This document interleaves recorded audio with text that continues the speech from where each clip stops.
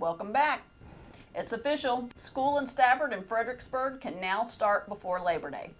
A bill introduced by Delegate Bob Thomas that would allow Fredericksburg and Stafford County schools to open August 12th passed both General Assembly chambers shortly before the 2019 session drew to a close. It looks like our language to allow Stafford to start as originally planned will go to the governor, Thomas said Friday.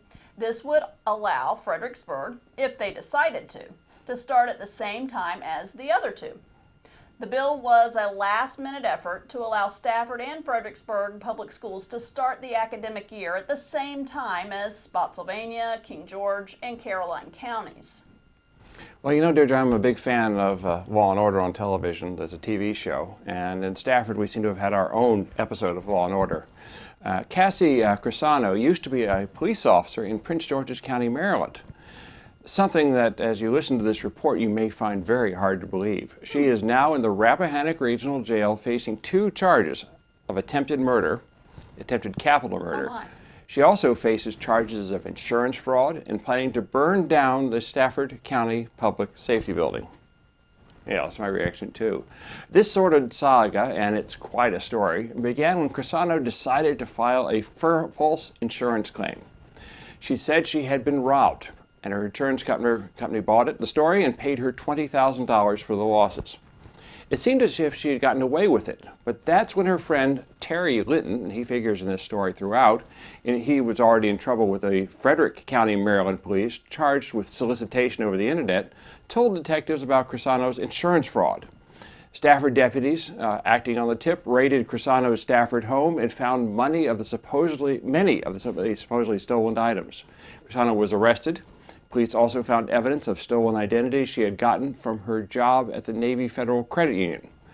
That was bad enough, but it gets a lot worse, much worse. Oh no. She was released on bond. That's when she decided, working with her friend Terry Litton, who she didn't know was working for the police, to hatch a plan to burn down the public safety building using Molotov cocktails.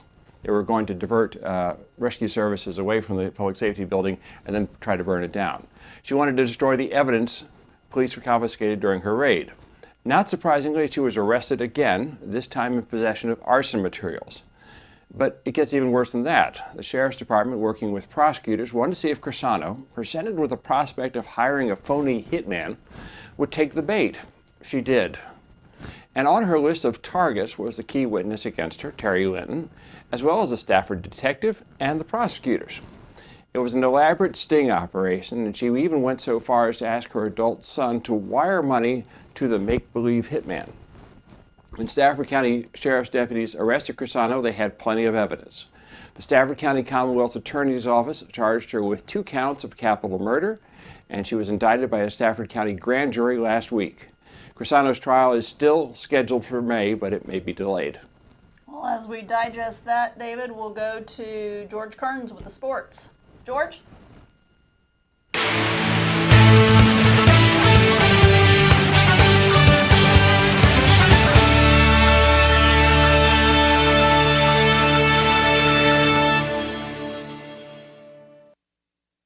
Thanks, guys. George Kearns here for CVTV Sports.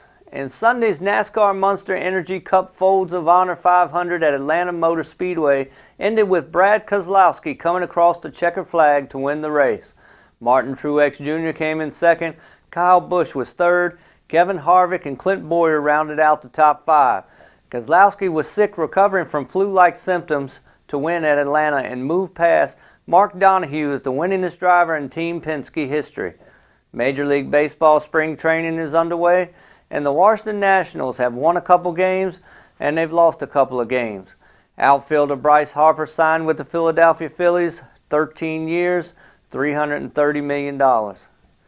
In golf news, Dustin Johnson won the Mexico Championship this past Sunday, and Johnson won for the 20th time on the PGA Tour, making him a lifetime member at the age of 34.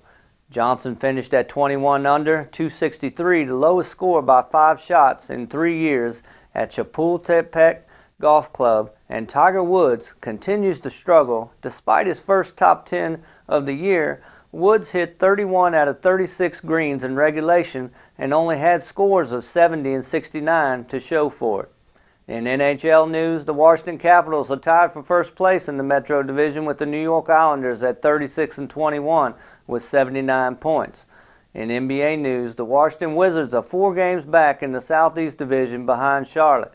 They are also 4 games behind for the 8th playoff spot in the Eastern Conference.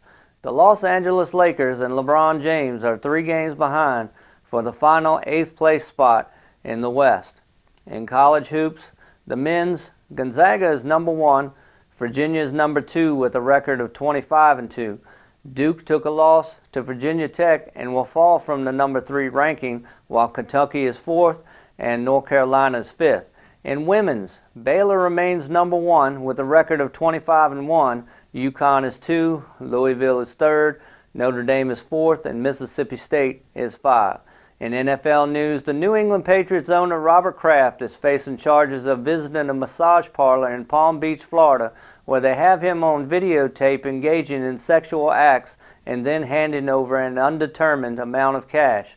The 77-year-old Kraft was chauffeured to the Orchids of Asia Day Spa in a 2014 white Bentley on January 19th, right before the AFC final with the Kansas City Chiefs.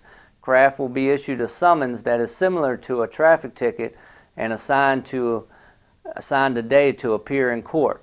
Kraft is one of hundreds of men charged in recent days as a part of a crackdown on prostitution occurring in massage parlors between Palm Beach and Orlando. 10 spas have been closed thus far.